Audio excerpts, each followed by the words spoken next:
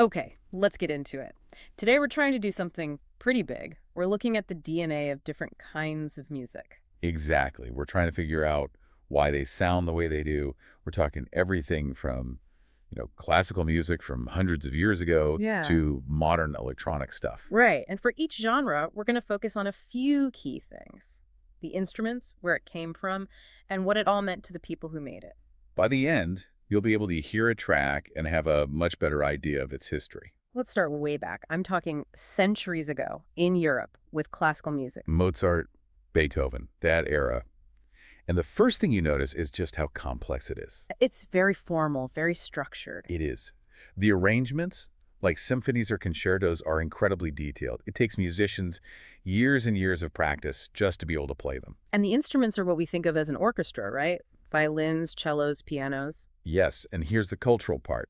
This music was historically a sign of power and wealth. It was paid for by royalty or the church. So it was designed to be impressive.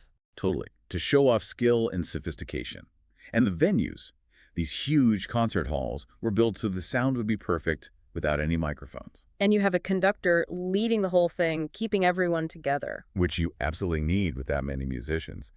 But it's funny, today a lot of people listen to it to relax or study. Because it's so structured, it can actually be really calming. Okay, so if classical is about structure, the blues kind of the opposite. It's about raw, personal feeling. And we shift locations completely. We're in the American Deep South, late 1800s. Right. This music came directly from hardship and struggle, and you can hear it in every note. It often sounds, sad or mournful. But what's so interesting is that it follows a very specific pattern, the 12-bar blues. That is one of the most important ideas in modern music. It's like a template that musicians can use to build a song. A common language. A common language, exactly. It lets them improvise and play together. The instruments are simple, usually just a guitar or a harmonica. And they're played to sound almost like a human voice. Bending the notes, making them cry. And they use a technique called call and response. Like a conversation. Yep. One instrument says something and another one answers. The blues is really the parent of so many other genres. Rock and roll, jazz. They all started here. That idea of a musical foundation leads us right into folk music, which is less about a specific time and more about, well, tradition. Folk is literally the music of the folks. It's passed down from generation to generation within a community. So the focus isn't on fancy playing, it's on the story. Almost entirely on the message of the lyrics. They're about historical events, local stories, or just the lives of regular people. And it's all acoustic, guitars, maybe a flute or an accordion. Right. And since it wasn't written down for a long time, people learned it just by listening. It really creates a strong sense of identity. And that became super important in the 1960s with the folk revival. Oh, absolutely. Artists started using that simple acoustic style to talk about huge social issues like civil rights and war. It was powerful because it was so direct. Okay, so after the blues, we get another major American original, jazz. Right. Kicking off in places like New Orleans in the early 20th century. And the absolute key to jazz is one word: improvisation. Making it up as you go? Well, sort of. It's more like spontaneous composition. The musicians know the rules of harmony so well that they can create new melodies on the spot. It's like having a conversation, but with instruments. That's a great way to put it. And the rhythm is unique too. It has a swing to it. What does that mean exactly? Instead of the notes being perfectly even, they have this kind of lilt or a bounce. It gives the music a really lively, drive-out feel. You feel it more than you hear it. And the main instruments we hear are saxophone, trumpet, double bass. Yeah, and the origin is this amazing mix of African rhythms and European harmony. That fusion created something the world had never heard before. And people like Louis Armstrong and Duke Ellington made it a global phenomenon. Now, let's switch gears to another American style: country music. Which also has its roots in folk music, right? From the Appalachian Mountains in the South. Exactly. But country music is all about clear, straightforward storytelling. The songs are like little movies. They're about family, work, love, everyday life. Absolutely. And the sound is defined by acoustic guitar, banjo, fiddle, and that really distinctive steel guitar. And the vocal style is a huge part of it too, that southern accent or twang. It's essential.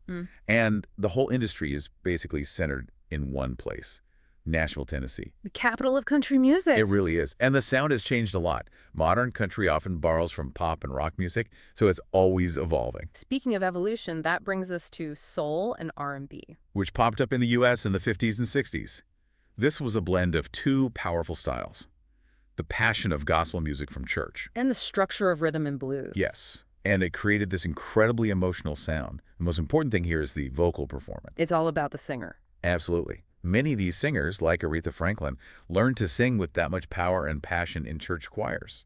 And they often have a full horn section backing them up with saxophones and trumpets. Right, adding this huge burst of energy. And the lyrics took that spiritual passion and applied it to everyday life, love, heartbreak, relationships. And just like country, R&B has changed.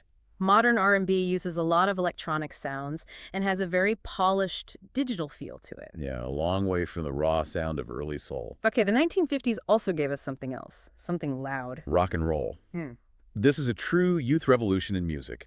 It was made for young people, and it was defined by energy and a really heavy beat. And of course, the electric guitar. The electric guitar is the heart of rock music. The classic setup is a singer, a guitarist, a bass player, and a drummer. And technology was huge here, specifically amplifiers. You needed amplifiers to be loud, but they also let you create new sounds. Guitarists started to make their sound distorted. That crunchy, fuzzy, powerful sound. Exactly. That's the sound of rock. And the lyrics started to be about rebellion, social change, personal freedom. Bands like the Beatles and Led Zeppelin just changed everything. And rock splintered into so many subgenres. Hard rock, punk rock, alternative rock, all using that same basic toolkit. So next to rock, you have pop music. Which is a bit different. Pop is short for popular, and its goal is really simple. To be catchy. To be as catchy as possible for the widest audience possible. The songs are usually short with a really simple verse-chorus structure so you remember them immediately. And pop music always uses the latest technology. Always. Synthesizers, digital production, whatever makes it sound modern and polished. It's also a huge business. So songs are often written by teams of professionals, not just the artist. Right. They're engineered for commercial success. And the trends change so fast. What's a massive hit today might sound dated in a year. Okay, from a genre built in a studio to one built on the streets. Hip-hop. A completely different world. This started in New York City, in the Bronx, back in the 1970s. And it's more than just music, it's a whole culture. With four main parts, right? Rapping, DJing, breakdancing, and graffiti. That's the foundation. And the way they created the music was genius. DJs used turntables not just to play records, but as instruments. Scratching and mixing. Yeah. And they would find the part of a record with just the drums, the break and loop it, to create a new beat. Yeah. But the biggest innovation was sampling. Can you break that down for us? Sure. Sampling is when you take a small piece of an old song, say a horn stab or a cool bass line, and you reuse it to create the basis of a new song. So you're building with sound that already exists. Exactly. It's like making a musical collage. Yeah. And lyrically, rapping became this incredible tool for telling stories about life in the city, about struggle and success. And it ended up influencing everything. Fashion, language, you name it. For 50 years now, it's a global force. Now, building on the power of rock, you get heavy metal. This is where everything gets turned up to 11. It's all about intensity. The guitars are extremely distorted. The drums are incredibly fast. Drummers often use double bass pedals to get that machine gun sound. And the vocals are very powerful, from high-pitched screams to deep growls. It's very technically demanding music. Fans really appreciate the skill it takes, especially for the super fast guitar solos. And live, it's an experience, just huge walls of speakers. It's meant to be physically overwhelming. And like rock, it branched out into all these specific subgenres like thrash metal or death metal. Okay, let's go from organic instruments to no organic instruments. Electronic dance music, EDM. Right. This is music made almost entirely with computers and synthesizers. And it has one main purpose. Dancing. It's played by DJs in clubs and at these massive festivals. The sound is built around a really steady, heavy beat, usually around 128 beats per minute. Which is apparently the perfect tempo for dancing for a long time. It is. Producers use software to layer all these electronic sounds, beating up tension until the drop. That's the big moment everyone's waiting for. Exactly. And a lot of EDM tracks don't even have lyrics.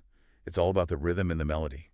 The light shows and visuals are a huge part of the experience, too. Okay, for our last genre, we're heading to the Caribbean. To Jamaica in the late 1960s for reggae. everyone knows that relaxed, chilled-out reggae feel. For sure.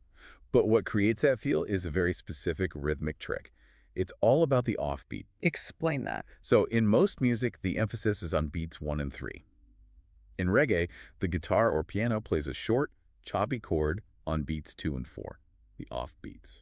So it gives it that sort of skipping or floating feel. That's exactly. And underneath that, the bass guitar is crucial. It plays these deep melodic lines that anchor the whole thing. And the lyrics often have a really strong message. Peace, love, social justice. Yeah, very often tied to the Rastafari movement. And of course, Bob Marley took that sound and that message to the entire world.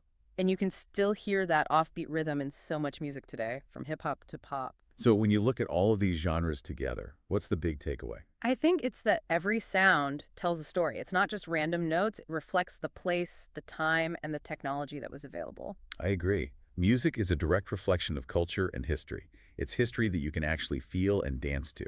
So next time you're listening to a song, think about its DNA. You're not just hearing a track. You're hearing a piece of a much larger story. Keep exploring new sound. And good luck with your studies.